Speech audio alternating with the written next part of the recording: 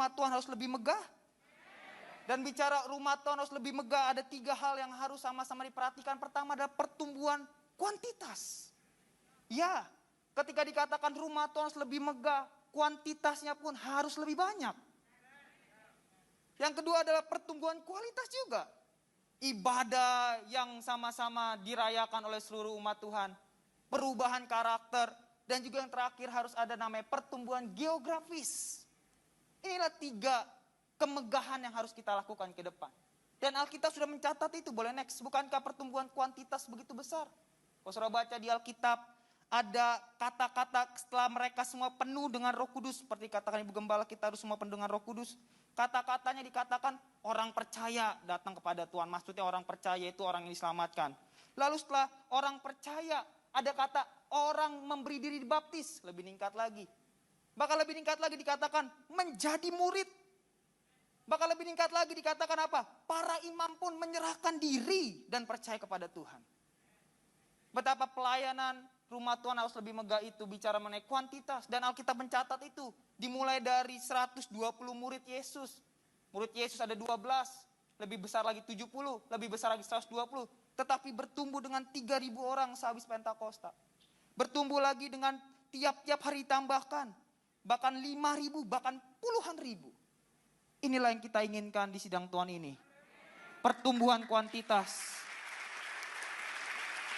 Kalau rumah Tuhan dikatakan harus lebih megah, kuantitasnya pun harus lebih megah. Dan juga ada pertumbuhan kualitas. Pertumbuhan kualitas bicara bagaimana hubungan anak-anak Tuhan dengan Tuhan dan sesama lebih baik. Kalau saudara baca di firman Tuhan dalam Kisah Rasul pasal 2 yang 42 sampai dengan 47. Jelas dikatakan ada perubahan tingkah laku.